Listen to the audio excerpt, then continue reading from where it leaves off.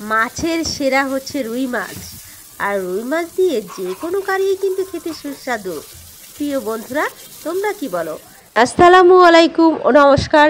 প্রিয় বন্ধুরা, আজকে প্রথমে কিন্তু আমি চলে এসেছি ছেলেকে নিয়ে আইডিয়াল স্কুলে। অনেক দিন পর ছেলেকে স্কুলে নিয়ে আসলাম, কারণ শুনেছি স্কুল তেমন ভালো হয় না। তো আজকে নিয়ে এসেছি। এসেই দেখি বাপরে বাপ, চারিদিকে শুধু ফাঁকা আর ফাঁকা। এই যে গার্ডিয়ান থাকে এবং সাথে সাথে স্টুডেন্ট ভরা থাকে, দেখো কেউ নেই। এই 2-4 জন করে স্কুলে আসছে আর যাচ্ছে। তো আমি তো অবাক হয়ে গেলাম দেখে, কিন্তু তারপরেও ছেলেকে পাঠিয়ে দিলাম। যে ভিতরে তো আর আসলে ঢুকতে পারিনি, এই গেট থেকেই দেখাচ্ছি। যেহেতু ছুটির পরে কিন্তু অভিভাবক ভিতরে ঢুকতে দেয়। বন্ধুরা, এই কয়েকজন স্টুডেন্ট দাঁড়িয়ে আছে গেটের সামনে। তো আমি আবার ছুটির পর ছেলেকে নিতে গেলাম। আজকে ছুটি হয়েছে প্রায় 2টার দিকে, 2টা-2:30টার দিকে। তো আমি ছুটির পর যখন ভিতরে গেলাম, আমার ছেলে আমাকে বলছে, মা দেখো ভিতরে কত সুন্দর পেন্টিং চলছে। তো আমি তো দেখে অবাক হয়ে গেলাম যে আইডিয়াল স্কুলের ছেলেমেয়েরা বা ছাত্রছাত্রীরা তারা যে কত সুন্দর করে আঁকতে পারে। সত্যি মুগ্ধ হয়ে গেলাম দেখে। তোমরা কি বলো? তোমাদের কি ভালো লেগেছে বন্ধুরা? তো আমি কিন্তু ছেলেকে নিয়ে বাসায় চলে এসেছি। আরও কিছু কিছু ভিডিও নিয়েছি, তবে শর্ট আকারে কিন্তু তোমাদের দেখাবো।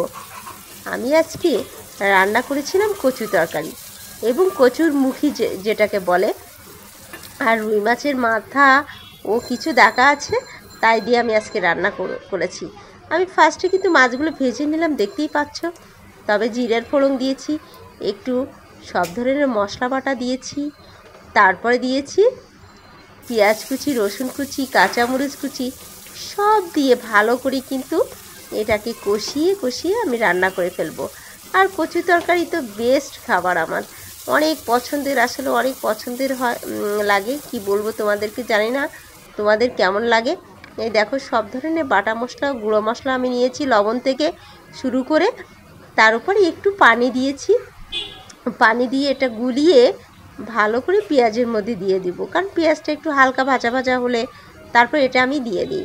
প্রতিদিনের রান্নার যেভাবে আমি দেখাই সেভাবে আমি দিয়ে দিই। তো এই দেখো একটু পেঁয়াজ যখন ভাজা ভাজা হয়ে গেছে আমি দিয়ে দিয়েছি। আর এখন আমি কচুগুলো কিন্তু খুব ভালো করে কষিয়ে নিব, তাহলে খেতে সেই টেস্ট।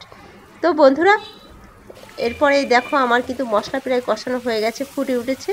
আমি আর একটু পানি দিয়েছি, এখন আমি কচুগুলো দিয়ে দিয়েছি, কারণ কচু কিন্তু নিমিষেই পানি না থাকলে কষানো যায় না। এখানে প্রায় আধা কষা করে ফেলবো, তারপর হালকা পানি দিব, পানি দিয়েই আমি কিন্তু মাছটা দিয়ে দেব।